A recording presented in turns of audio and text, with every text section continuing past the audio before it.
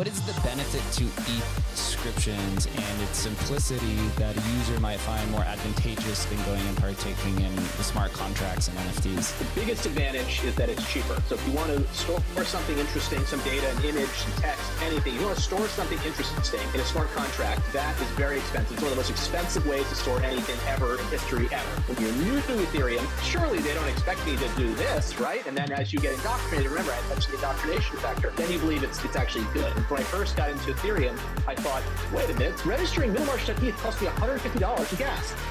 That seems high, but I guess that's fine and normal. Why did I spend all that money on that and whatever? Then you get into it and you think, oh, everyone has to spend a ton of money all the time. But it's not actually true. And that's what Ethscriptions is about. So it's cheaper for storing a large amount of data. So for example, an image. It's also cheaper for storing a small amount of data. If you want to store the number 1 on Ethereum, it's going to cost you like $1. So it's cheaper for both of these things. That is the primary advantage.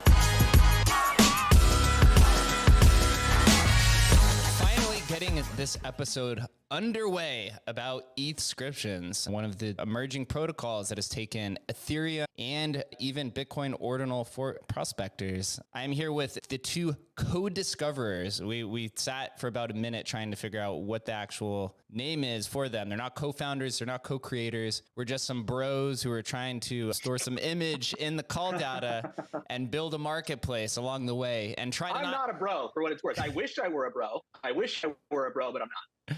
I'm here with Michael Hirsch and Tom Lehman, man. Both of you guys. Appreciate you guys for doing this. Congratulations on the Ethscription Marketplace V2 or 1.2, whatever the name is, man. I know it's been quite a long journey over the last 2 months. Probably feels like 2 years. Yeah, no, it's crazy. And thanks for having us. In the beginning, I was like, wow, like, are we going to make it on Jake's podcast like this? And people were telling me too, like, you talk to Jake. And I was like, okay, great. And then it was like, all right, we're there. Then it was like, some setbacks. And so now I feel like we can, because Emblem Vault was the original way to basically trade these things, these Ethscriptions. And shockingly to me, y'all launched it like the night it came out. You're really on the ball there. And so I wanted to be able to come with some other ideas that were, interesting, like by having our own marketplace. But that's getting ahead of ourselves. Thank you for having us. This is dope. Well, yeah, we will dive into it. It was crazy. We did spin up that curated collection within about, I think it was 4 hours since your initial tweet, proposing it. We generally come in, right?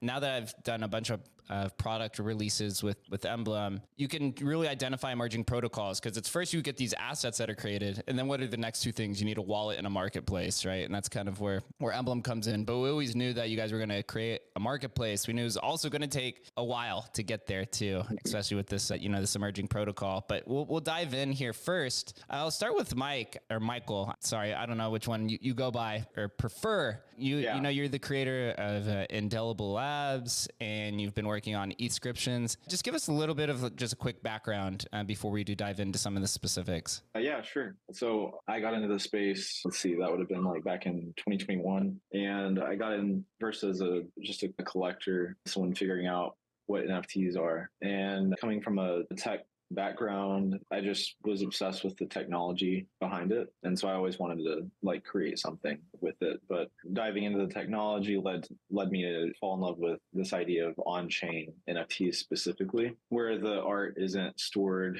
on a server somewhere on IPFS, but it's all there, and the lifetime of the art is equivalent with the lifetime of the token that says you own it. And so I got into a few on-chain collections, and then back in March of 2022, I think I created a collection called On-Chain Kevin with one of my really good friends, Rob Pando. And On-Chain Kevin was like a meme collection that I made just because I wanted to make something. And that whole Kevin thing happened. And so I just was going to be like, you should say what the Kevin thing is, okay? Just podcast listeners, it's okay. Sure. It's okay. No. Yeah, there's this thing where this, I think 16-year-old kid created this. Somehow he got all of these influencers to be shilling this Pixelmon drop. I think they were supposed to mint for 2 ETH each or something crazy, absolutely ridiculous. And he wound up making millions. Dude, a bag, tens of millions. Yeah. And he was 16 years old, and it was just crazy. And when he dropped the art, it was the most hilariously, it was just terrible. like hilariously terrible art, and particularly this one character that they called Kevin. And it was just like this weird green dude with like, I don't know if he's like supposed to be a zombie or something, but he had like pink things coming out of his head that I think were like supposed to be brains or something. And then he had like these derpy eyes that went in different directions. And yeah, so leading up to that though, I'd been looking into like, how on-chain NFT collections work. And there were, a few options there, but we came up with like we found that like one of the best ways to do it was just to like layer PNGs instead of an SVG, blah, blah, blah, blah. But it's kind of like leads in how I met Tom, but there wasn't a really good solution for this at the time. It didn't really work on all the browsers. And so I came up with a way to like get this method of like rendering art on chain to like work across all the browsers. And I made like a tweet about it when I launched On Chain Kevin. And then that's how I met Tom. Tom was like messaging me back and forth on that tweet saying that I fixed the problem that existed with these like on chain collections that were using layered PNGs. So and I love that I was shocked you're because also I had tried the same thing and I couldn't get it to work. There's some like little tricks that Michael did. I minted On-Chain Kevin. And by the way, On-Chain Kevin is always funny because it's like this, on-chain meme, like timeless, blah, blah, but it's such like a moment in time meme. Like no one would ever know about that in like a year, let alone like 5 years ago. But it's still funny. I remember I minted it. Not a lot of people did. And someone pointed it out to me. And I was just like, wow, okay, like someone's doing on-chain thing. And it really made me feel like, wow, I'm falling behind because like I have not released my on-chain thing, which I went on to do, a little bit later. But yeah, when Michael put out the trick to do it, I was like, wow, like you really did it, which, and I know we talked about rarity. I was very much in favor of a certain rarity ranking that made my thing better or whatever. But yeah, it's true though. But I think we sort of discover, we were sort of like discovering rarity is meaningless. We were talking about the on-chain things. We were working on the same stuff, I think, at the same time at that phase. And then, went on to do, we just stayed in touch, and we're always talking about wanting to do something together. And it always happens spontaneously or accidentally when these collaborations come in. It's one of my favorite components of crypto is that everyone flocks to the ecosystem with strengths from so many different backgrounds. Like I came in from literally the antique store business and nightclub business and, ended up applying it to historical NFTs. And that was kind of where I got my start. Tom, I know you were one of the co-founders of genius.com, which, it took me by surprise in the beginning. I didn't even know what genius.com was, but you could really much presume what it means. Also, same for you, the same question that I proposed to Michael. Just give us a little bit of your background leading up to the co-discovery of Ethscriptions. Sure. So I was co-founder and CEO of Genius. Genius.com is the website of that. It's other stuff too, but it's mostly primarily a website. It's a website where you can look up the lyrics to any song, and then you can find out what the lyrics mean. So you can click a lyric you don't understand, or you want to learn more about it, click it. It pops up a little thing, and you can tap it also if you're on mobile, if that's what you were thinking. So I started that in 2009, which was a different universe. 2009 was a time when anyone could just make a website. People were just making websites, and Groupon was happening. You just make a website, and you could make a website and think like, wow, this could get huge. Like Instagram was 2011. Like, this was a time when basically the tools and resources and cloud computing stuff, like anyone could just make Twitter. And Twitter was just made by Ruby on Rails, the programming thing. So that was a really, early time for like Web 2 being great. And so I did that for 12 years, and it was amazing. We sold it in 2021. And then I was like, okay, what do I do? And I kind of got interested in crypto because, you're bored, what's the gambling going on here? So it's crypto. So let's gamble on it. But what I soon came to believe is that you can't make any money doing that. And you can have some fun, but not even that much fun. You have to have your own thing, and maybe people can use it or gamble on it, or I don't know, have fun with it, basically have fun with it. And so I was like, okay, how do I make something? And initially I wanted to make like a token because I thought like tokens are where that. Then I was like, I'm glad I did not do that, right? SEC, I didn't really get all this stuff, but I started looking at these token contracts, which is a good place to start because they're so simple. So I opened the ERC20 contract.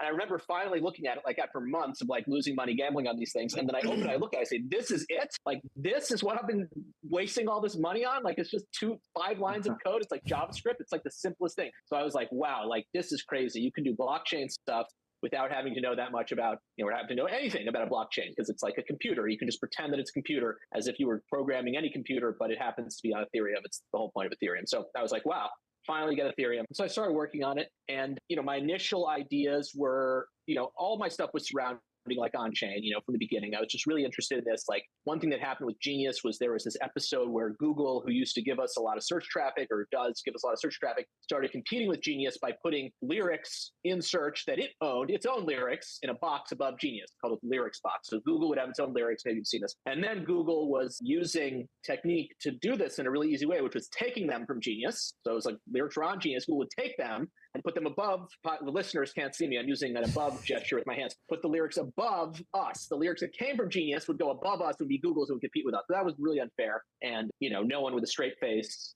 who works at Google could say, oh yeah, we're just convinced. Like, no, that's obviously not a good thing to do. And so we fought them. And anyway, we lost. And really what it convinced me is that it's almost impossible. I was on a Twitter Spaces and someone says, don't say impossible. They were right. It's almost impossible. It's like playing, Magnus Carlsen at chess. Like if you're trying to play chess against Google, you're going to lose, right? Like they are so good at chess. They've spent their life on chess. You have to figure out a way to like play another game like water polo. And then if they're good at chess, maybe you can beat them because you're playing water polo. So that's like blockchain. Ethereum is maybe a way to play water polo versus Google or something. And so that's why, I was really interested in the on-chain thing, the uncensorability thing, and so forth. So I launched a bunch of projects, basically. I worked with some amazing artists, Dovetail, Piv.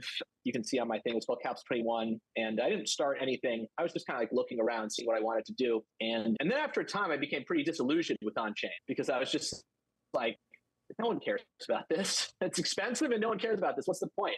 Basically. So I was questioning everything and then, managed to, kind of turn it around somewhat with this project. But yeah, I think Michael and I started talking, always stayed talking, started from like kind of different, same perspective. He did Indelible. I kind of, did some more investigating and stuff. And then, yeah, we ended back here. So what inspired you to then explore Ethereum as an alternative way, or what was the way that you explored or inspired you to explore Ethereum to store data inside that was outside of this already, ERC 721 standard? Because there are ways to store NFTs on chain, right? You can store your smart contract on chain. It is quite expensive. And also Ethscriptions, it takes part of the name or borrows the name from Inscriptions, which is what's been existing on Bitcoin now for about 6 months or so. Did you dabble in the ordinal ecosystem and then said, hey, what version can I apply this to Ethereum? Is that how that unfolded, or is there a different roundabout story? It's a good question because the first project I ever did on Ethereum, which was designed very much at this like anti-corporate thing, was called Forever Message.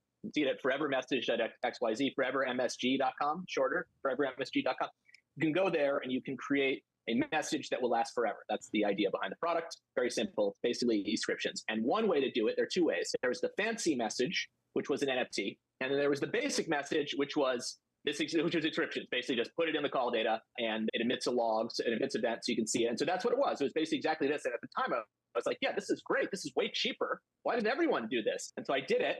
But then I got brainwashed by the Ethereum orthodoxy, right? That says, no, everything's got to be this way. This is the right way to do it. So I learned that I was dumb and that smart contracts were the only good way to do it. And then when I saw Inscriptions, I learned that Inscriptions was dumb, and ordinals were dumb. And then when I thought about it more, I learned that actually they were good and smart, and that smart contracts are dumb. And so I was able to kind of go back to like, maybe a place where I was already. Now, the other difference is that like from the beginning, when I had this idea to do it in Forever Message, I had no concept of actually having the call data be anywhere.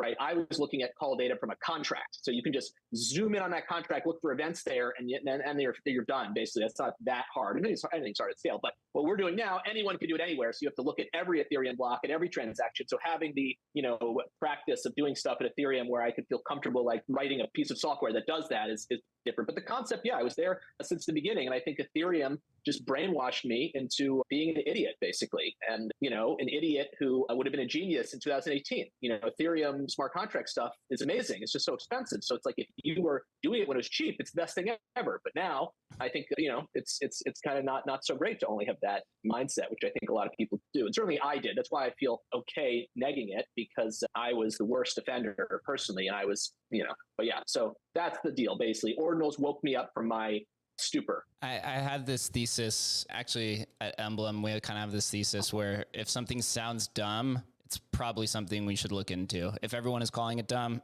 then there's probably something there. And it's worked out pretty well so far. Not saying that it's dumb, but the Twitter mob likes to attack anything that is too simple. And just a quick history lesson. I don't think a lot of people even realize that the ERC 721 standard and ERC 1155 both weren't created or formalized until 2018.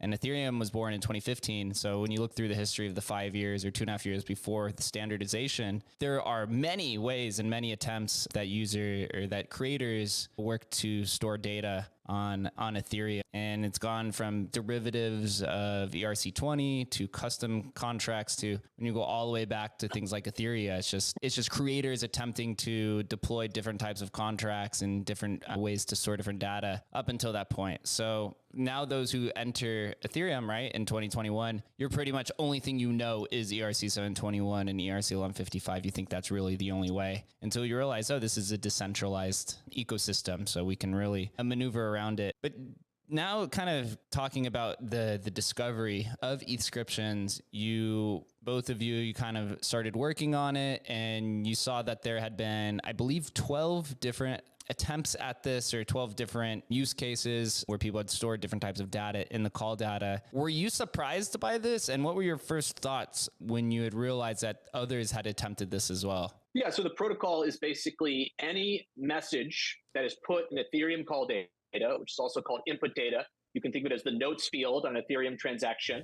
It's typically the place where you would either put instructions to a smart contract if you were sending a transaction to a smart contract, like saying, call this function on the smart contract, mint me 10 would be something you'd put in there. Or you put nothing in there if you weren't sending it to a smart contract, typically, because there's no point. And so Ethscriptions is the idea that if you're not sending it to a smart contract, or even if you are, but if you're not sending it to a smart contract, you could put something in there and still people will be able to see that thing in the future. That's on chain. Now, it's not in contract storage, but that's not the only way to have something on chain. And so that's, Ethscriptions. Now, the data must be in a specific format. It must be what's called a data URI. And that's basically just like a nerd format that's like it's data and then tells you what type of data it is. So it'll have like the data for an image and it'll say, this thing's a PNG. Okay, that's it, basically. It's in a specific format. So you can't just put any old thing in there. You can't just say like, hi, everyone, and have that be an inscription. That's not a validated URI. You can say hi, everyone, but you have to do it in a specific format. So when I was looking at, this idea, it's kind of a appealing notion, the idea that this could be something bigger and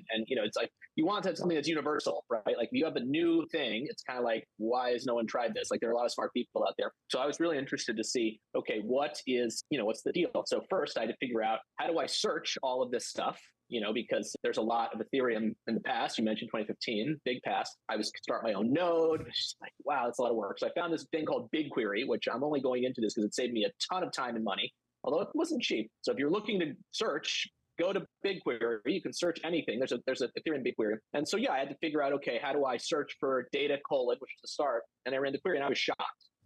I thought there would be more. And so, and that's just cool though. Like 10 is such a fascinating number. It's a billion transactions, 2 billion or something like that. And then there are 10. And the first one is completely mysterious and amazing. And so, I hope I didn't miss one. I'm thinking of actually redefining the protocol to just include those 10 if there's one I missed. But if you find one I missed, please let me know. I searched the BigQuery thing. I did not have a full node. So if you can do that, maybe. But yes, there are 10. I'm pretty sure there are 10. And it's very weird. I thought there would be a lot more. Yeah, the first one I believe is the cat picture, correct? Yeah. Yes, human society will be enciphered is the mission statement of the movement, basically. Right. It's perfectly right on brand for the Ethereum weirdos. It's just right up the alley. Yeah, I thought there was gonna be Exactly. like hundreds, maybe 100, but like when he had just gotten done querying, he told me how many there were. I was just like, there's no way there's only 10. I just because it was just like, I don't know, it just seemed like something that made sense. But it was still cool though that there were 10 and that there weren't like 0, right? That would have also been like kind of sad. Shows that there's something. Cool. It shows that there's something there, but there was obviously a big hurdle to why those individuals who created those didn't pursue it long term, as both of you guys are doing now. Have you attempted, either of you attempted to get in contact with any of those 10 or less creators to have them participate in the Ethscription protocol? That's a good idea. I've sort of clicked around, but not really. I mean, a lot of these people haven't done anything in years on their wallets. Let me check right now. This is the reason why I ask is I come from the historical NFT community, and this is what we would do. And Adam McBride that works at Emblem with me, we're in the same area where Adam would find, old projects, and he would search the web and sprawl across it, trying to find any sort of contact info to try to find these people to then kind of resurrect the contract, where it's a little bit different here. It's just an asset. But if you could bring those people in, you could essentially, define more value. If any of those 10 get picked up, they'll probably have a high premium on that. It just adds more attention to it. We're humans. We like old things. We also like things with the lowest numerical value possible, right? Everything closest to 0 or 1, we tend to value more. And this is every protocol, from antiques, right, historical NFTs, to the 999 club, the ENS digit degens, to low serial numbers on anything, any type of real world collectible. So that would be awesome. But kind of moving past that, then, as you did look past this, you saw that there was 10 different, inputs of call data or arbitrary data into the call data. How did both of you go about defining Ethscriptions with the protocol? Obviously, it's it's a tip of the hat or a nod to inscriptions, but you called it Ethscriptions. You could have called it anything else. And then also, you launched, I'll call it redacted punks now alongside that, to kind of really get the ball rolling, which isn't something new, right? You have Bitcoin punks, you have stamp punks, there's all kinds of these different protocol punks that are still out there living and breathing. But in those early days, to take us through the time period that it took for both of you from discovering those to launching redacted punks, and kind of the thought process surrounding how to formalize this and make it approachable for the average user on Ethereum. Sure. So yeah, I mean, Mike and I were talking. I was what is the right way to do this? And I can't remember exactly how, but basically somehow, we were able to keep it simple for the start. Yeah. This is my number one, I don't know, not my number one, but up there with stuff. Here's a bunch of stuff. You were working on the indexer, and I was working on the front end for people to interact with it. And I think from the time when we're like, okay, let's do something, to when we went live on Friday, it was I think 3 days. Gotta love this space. So it was immediate in mind to create the front end. The indexer is also similar woes and surrounded in controversy on Bitcoin. I'm unsure here of creating an indexer for Ethscriptions. Was it complicated? And also because you have to define your own rules, which then, becomes the crux of centralization, which is, always something that individuals are always going to poke at depending on, their preference. One of the biggest focuses for me was it being as future proof as possible. So one of the things that we were talking about at the beginning was limiting MIME types to certain things. But then I proposed the idea of just the protocol requires it just to be a valid data URI. And therefore the data URI needs to fit the original specs of what the data URI standard is. And as long as it meets that, then it doesn't matter what it is. So that way someone could put in some mumbo jumbo data URI, MIME type that is nothing, essentially, right? And that can happen because we don't know what MIME types will be created a year from now or 2 years from now. And that was one thing that we wrestled with, was do we make it clean, or do we put some limitations around this so that way it's more organized and clean? And so that was one thing that we talked about. But I don't know, what do you think? Yeah, I think that's right. It's just there's the future proof, and there's also the reproducibility aspect. You want it to not just be the case that the indexer works starting now. You want it to be the case that anyone can start from scratch, start from absolutely knowing nothing about the protocol, run this code, or run this procedure rather, and you'll generate the right thing. So that's another element. I mean, I think the challenge though, right, as you say, it's like, does an indexer mean something is centralized, right? Like, this is a criticism people give. It's the criticism I gave to Inscriptions when I first saw it. More than criticism, I said, this is trash. I hate it, because of this. Because I was so steeped in Ethereum orthodoxy. And so, so one way to look at this, right, is like, okay, well, what about Etherscan? Like, imagine you're interviewing the people behind Etherscan. Who are those people? Like, they're obviously pretty smart. I've never met them. They actually released something interesting just today that pertains to Inscriptions that I'm going to talk about later if you want. But who are those people, right? Does anyone know a single person who works at Etherscan? Okay, how would you build Etherscan if you had to do it from scratch right now? Like, can you imagine how much work that would be? Like, Etherscan on the one hand has like all of the transactions, but it has a ton of other stuff that's made up basically on top of it. Like, for example, it has, owners of NFTs, right? Like, that's not something that's real. Like, what's real is you can query in the individual owner, but storing all the owners overall is not real. That's something Etherscan does itself. Like, you can't check that except by requerying them, and a million other things. And how would you do that? So obviously the thing that Etherscan is showing is supposed to be real. It's supposed to describe a real thing called Ethereum, not just some fake thing they made up. And at the same time, you could lose Etherscan and there still would be a way to reconstruct the important parts about it, or everything, given enough time and money. And so that's kind of the question, is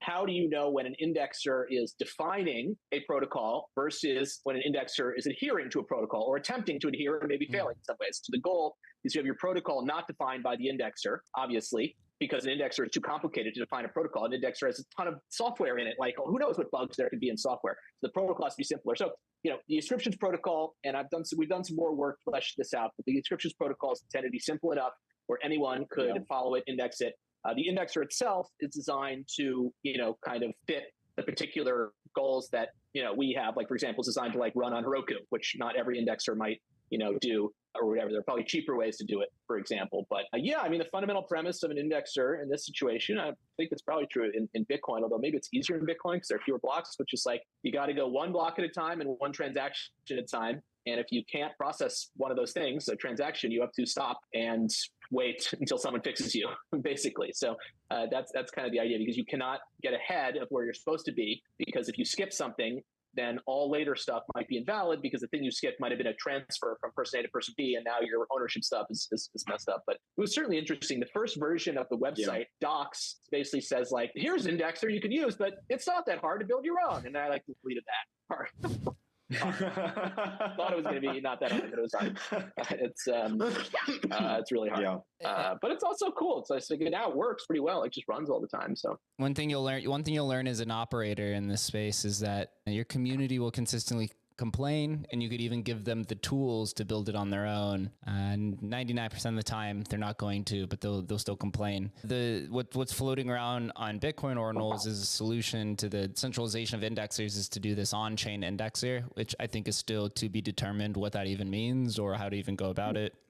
They're attempting to build it, I guess, on a layer 2, because on layer 1, I guess it's pretty much impossible from what I've been told. There's a lot of different models that you have to surround that with incentive models and participation and scaling. And so apparently it has to exist on layer 2 or on a different chain for everyone to use, which maybe we'll kind of dive into at the end. But now going through these early stages, you had that, which is probably right now that considered the iconic Twitter Spaces. I think when I joined the space, there was like 40 people. And then all of a sudden there was like hundreds of people. That tweet got hundreds of thousands of views. We ended up spinning up the curated collection in the matter of like 4 hours. And all of a sudden Redacted Punks was then off to the races and trading. And of course, as crypto goes, speculation, fuels liquidity, and then liquidity brings in the developers, and it keeps going on and on and on. Tom, from your mind, and then I'll ask Michael afterwards, that the first 24 hours of, putting the idea out there to then having them trading on OpenSea and 10 ETH sales, how chaotic was that for you? And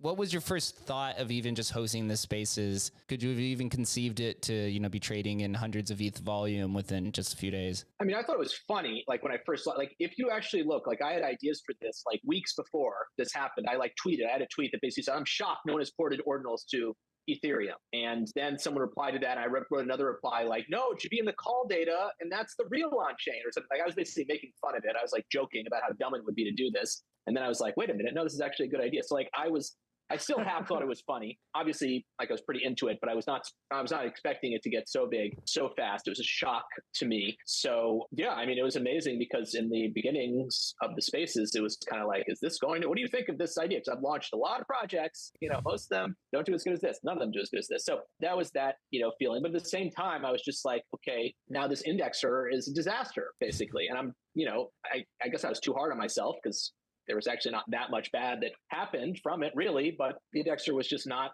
I've been in the state of the past where I'm like, yeah, amazing. And so I buy like expensive stuff, like servers. I like over-engineer the code.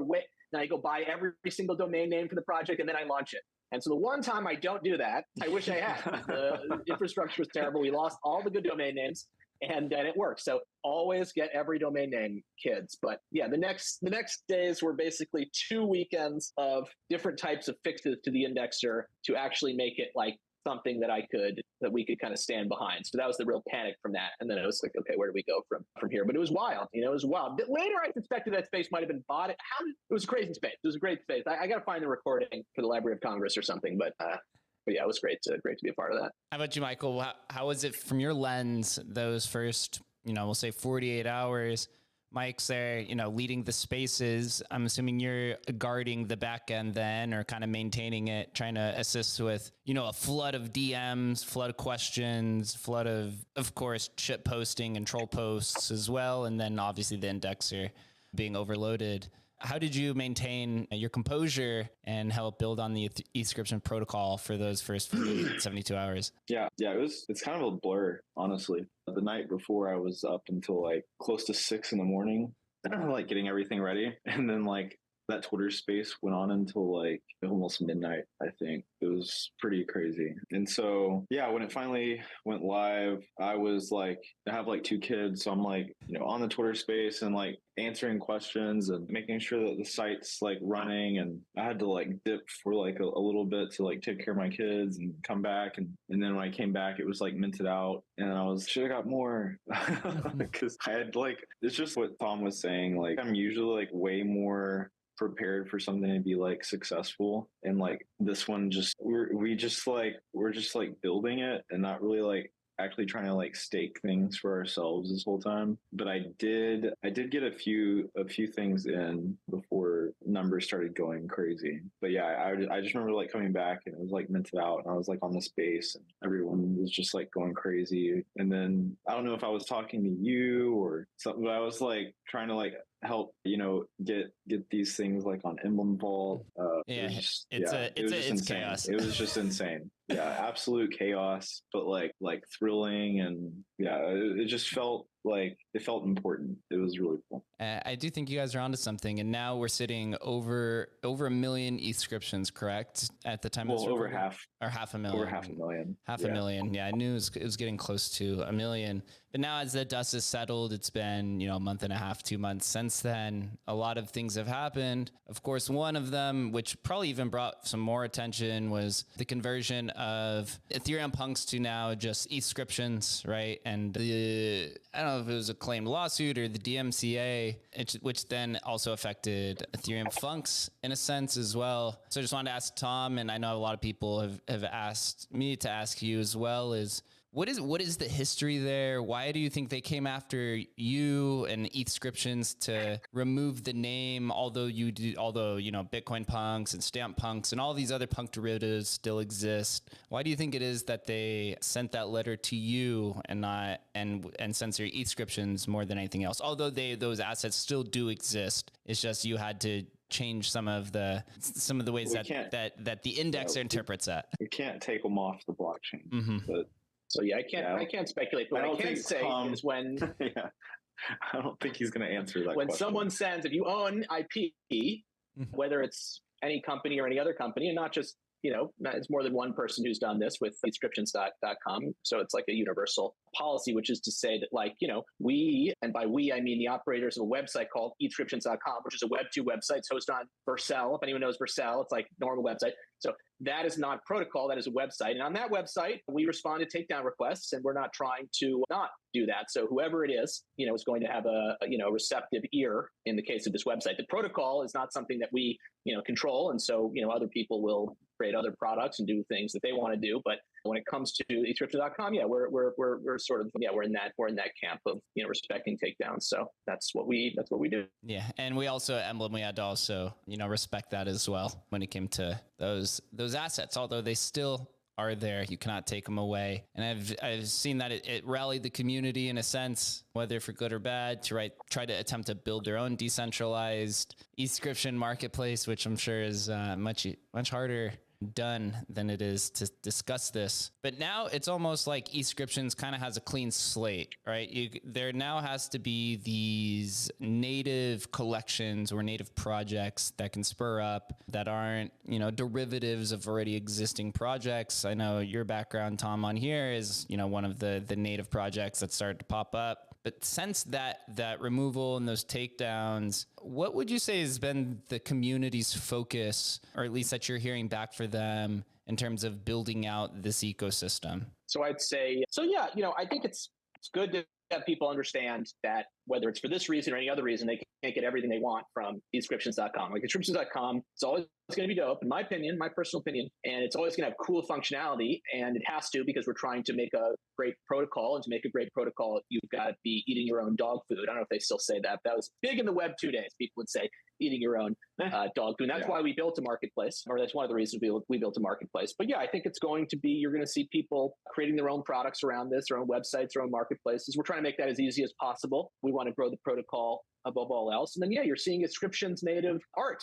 And so, my background is part of the Pillars collection by Amber Vittoria, who is a extremely talented artist who saw the potential of Ethscriptions quite early. And sort of, you see this piece of art that you see, this image, is not something that you could easily store on chain in a traditional NFT. And so it's perfect for Ethscriptions, and it's great. So this is like a perfect use case. Other interesting use cases have been people trying out generative art. So you can do an HTML file in a normal NFT, but it works also great an Ethscription. There's some ways to pull in content from other Ethscriptions and so forth. And so, we have a bunch of cool collections that we're featuring on ethscriptions.com, but also we're trying to say, okay, if you want to have your own marketplace and you don't want to do it from scratch, we will give you an API where you can find all the collections, all the listing information, and you can use our contract. So all you have to do is hit the API and then interact with the smart contract. So try and make it as easy as possible. And it's not as easy as possible for us, though. I now see OpenSea. Okay, I see you. Yeah, they got a lot of stuff going on there, but we're working on some interesting stuff as well. Yeah, it sounds like it's almost like a native marketplace deployer in essence, where you're also moving from, centralization towards this path of decentralization. Unfortunately, most, or you could say all, protocols will never have a as decentralized launch as Bitcoin did from all of the different degrees of decentralization. Whereas here, you had to create a centralized indexer, the same with the marketplace. And now you have to try to distribute those ideas to then, kind of decrease, the central parameters, although they are all centrally owned in essence. And you've gone now through 2 versions of the marketplace. The first one had some errors. There's an exploit, I believe it affected a little over 100 assets. What went wrong there? What do you believe? It sounds like it was very similar to what happened with CryptoPunks V1, to where the marketplace, or whoever used the marketplace, could buy the asset and then also revert and get the funds back. Is that something similar that happened here? So you go. Yeah, you go. The issue here was it wasn't about getting their funds back. It was so you could send your legitimate Ethscription to the marketplace. And the way that it works being on chain is it has no idea what is valid according to the protocol, right? It just has a limited view. And so it has to be open and accept anything. And we knew that, but there was a hole in just every time we worked through this, unfortunately, just like Tom and I, there was just a gap in the logic that we, for some reason, both missed. And it seems so obvious now looking back, but the hole was just the contract is the owner. And so if the contract owns the legitimate one, it can transfer the legitimate one to anyone. Right. And so if the problem was if the owner of the legitimate one sends it into the contract, now the contract is the true owner, and then someone else who is not the owner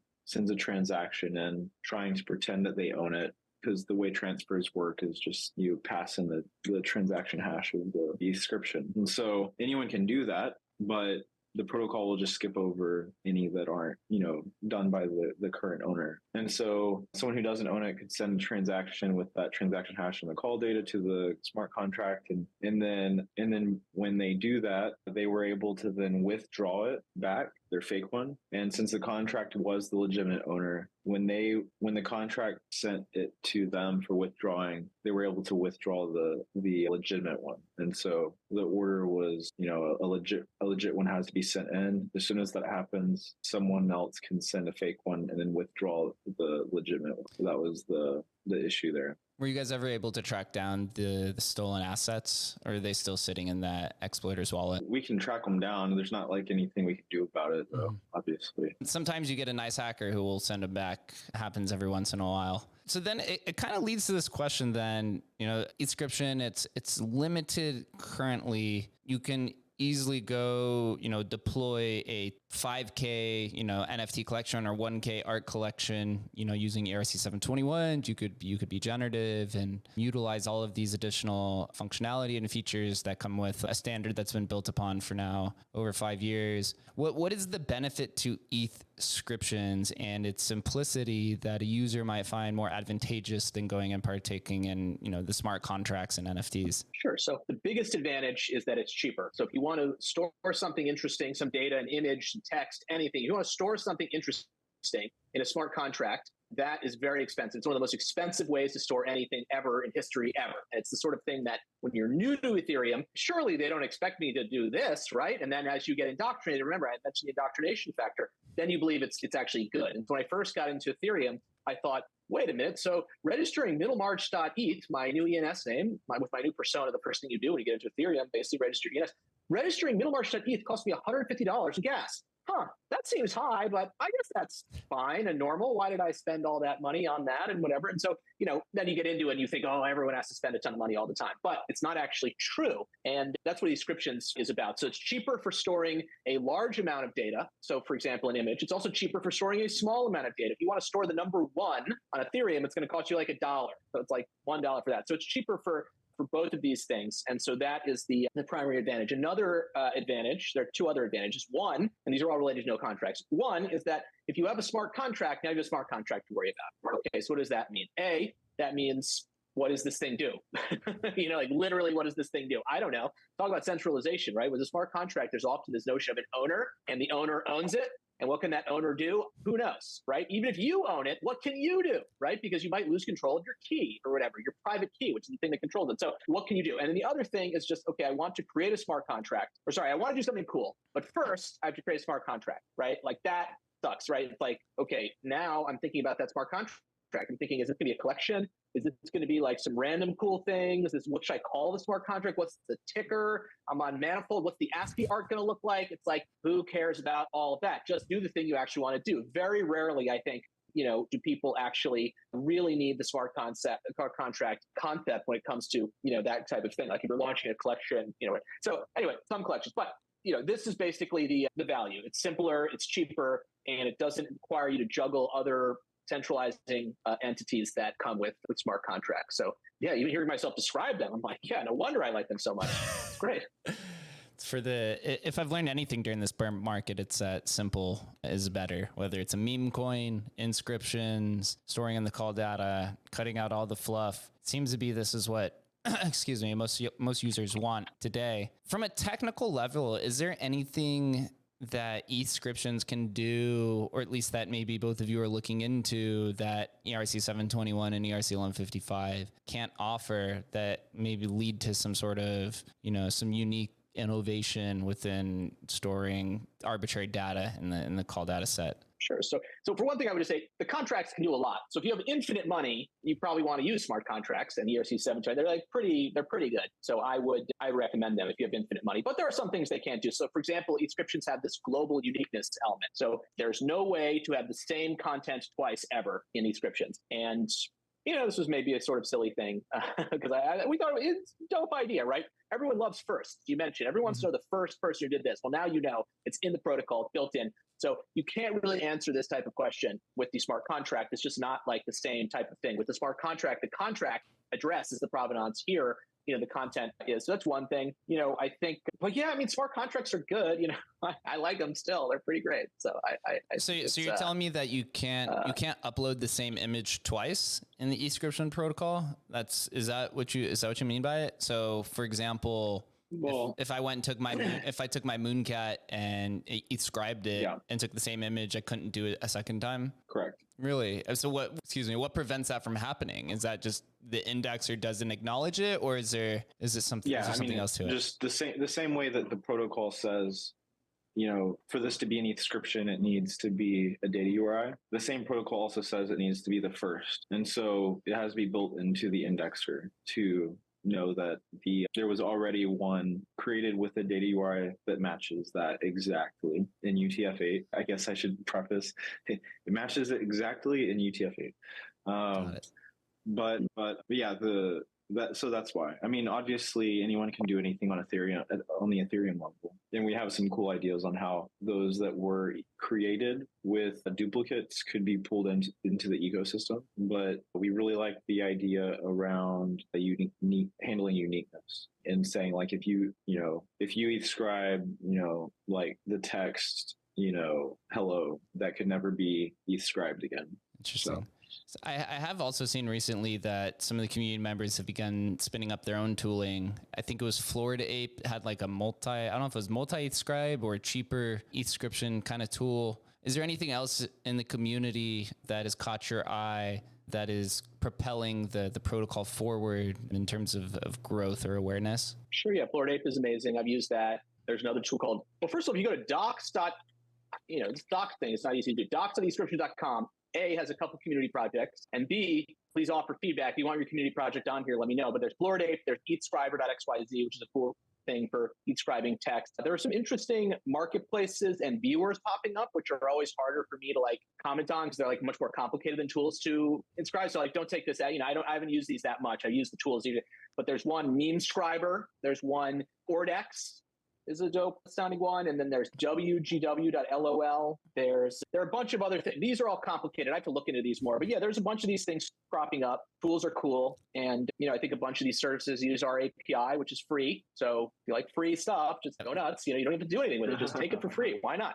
So please go to the docs page to get stuff from the API. And one of them that was cool was because we're working on a lot, right? And we plan on having Ethscriptions be amazing, obviously, but it's a marathon to get there. And so it's cool to see people build out useful features that don't exist. One of those was recent sales. And so someone had I don't know which website it was, but one of the websites, one of the community members built out a recent sales page because people were wondering, okay, well, what's the sales activity for these things now that the marketplace launched? And we didn't launch sales activity with our marketplace because it was very much, cut anything and everything.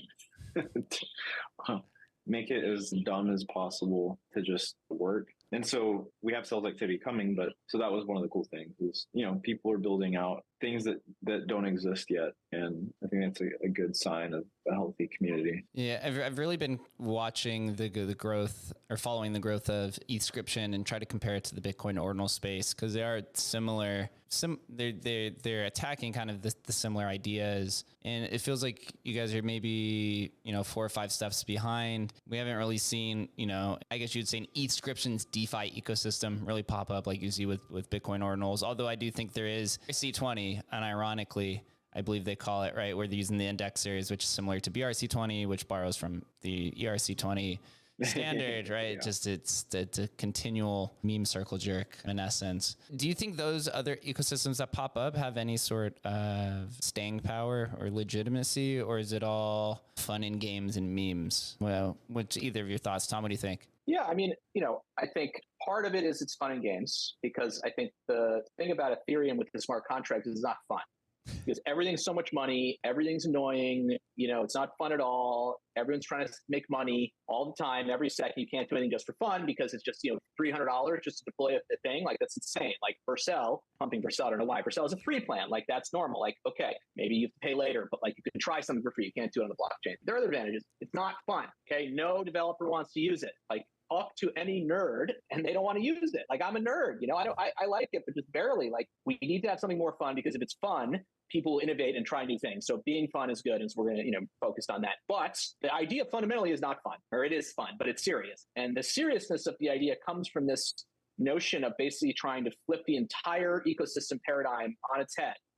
Okay, the ecosystem paradigm of Ethereum is basically smart contracts are what makes Ethereum special, right? Like smart contracts, if you ask someone, Bitcoin versus Ethereum, what's the debate currently saying? And it's like, well, the debate says smart contracts are what makes Ethereum special and maybe better or worse or whatever. But in fact, the opposite is true. Smart contracts are not special and they are making Ethereum bad. That's extreme. I'm trying to make headlines here. My point is simply this: the overuse of smart contracts to create an environment where data and persistence and validation, to create an environment where these things are convenient. The overuse of smart contracts has led to an extremely costly ecosystem that is dependent on smart contracts when it doesn't have to be. So how can you do things without smart contracts? That's the question we are asking. And more importantly, how many things you can do. And it turns out, theoretically speaking, you can do everything without smart contracts. So imagine something that you're doing on Ethereum that you like, okay? Now imagine you're doing the exact same thing, but it's cheaper because there's no smart contracts involved. Now, in practice, that's hard to do. And like, how would you actually make this happen? And like, this is going to be a long-term thing either way. But the idea is simply this: what if we were able to take not just NFTs and make them cheaper, but take a lot of stuff, or maybe, dare I say, almost everything, or even everything, and make it a lot cheaper by using different techniques than smart contracts. Smart contracts are just an innovation someone thought of once, a normal person. What if we were able to use different techniques and create an equally secure, decentralized, everything great thing, and not have to use smart contracts and have it be cheaper? So it's a very serious idea. And then the other thing that makes it serious is there's another thing happening called L2s. And L2s are also attacking this question of making things cheaper, but they are attacking it in a way that I personally think is, not the only way it should be attacked. They are attacking in the way of sacrificing decentralization, of, encouraging people to get onto, networks where one person controls everything. And I don't think that's bad. I use Amazon, so AWS. AWS controls everything, but I certainly don't think AWS is a good place to do something counter Amazon. I would never do that. And likewise, if you're on an L2, don't do something counter to the person that runs it. So it doesn't mean you should be on L2s, but just don't have assets there. And so, or not have assets. But you know what I mean?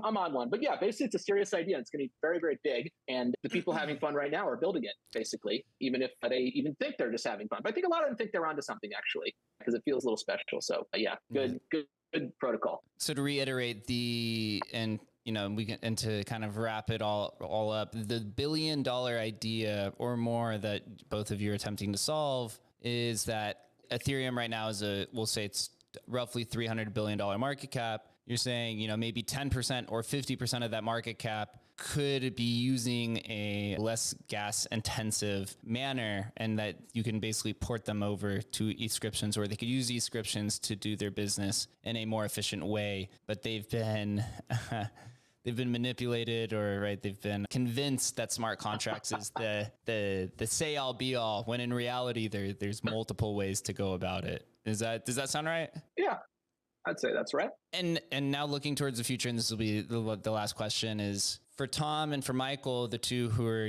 the co-discoverers, but also becoming the maintainers of the Ethscription protocol. What keeps both of you kind of leading the charge or funded? It's working for free is not fun. It's fun in the beginning when it's new, but, over time you need to, have some revenue, to maintain building this protocol, to maintain, your lives, and to continue propelling it forward. Are there any ideas for this?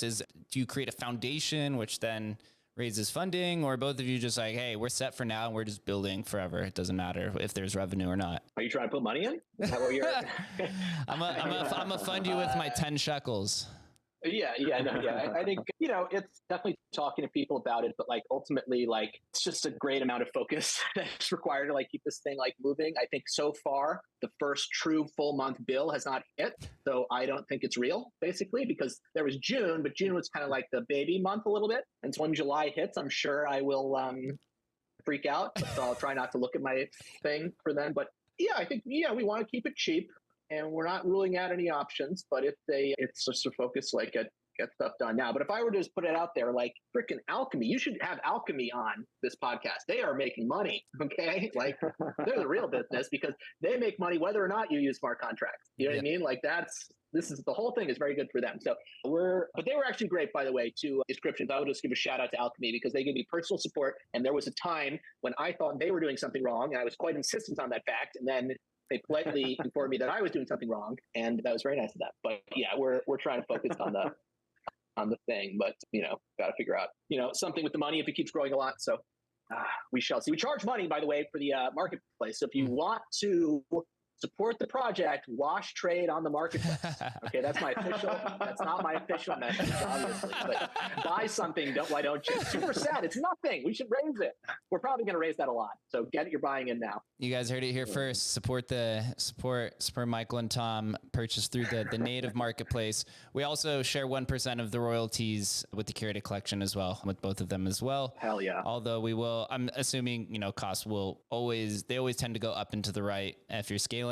Also, shout out to Alchemy. Emblem is also in transition of moving to Alchemy as well throughout our migration. So they've also been a really good team to work with. From where? Where are you moving from? From Infura, yeah.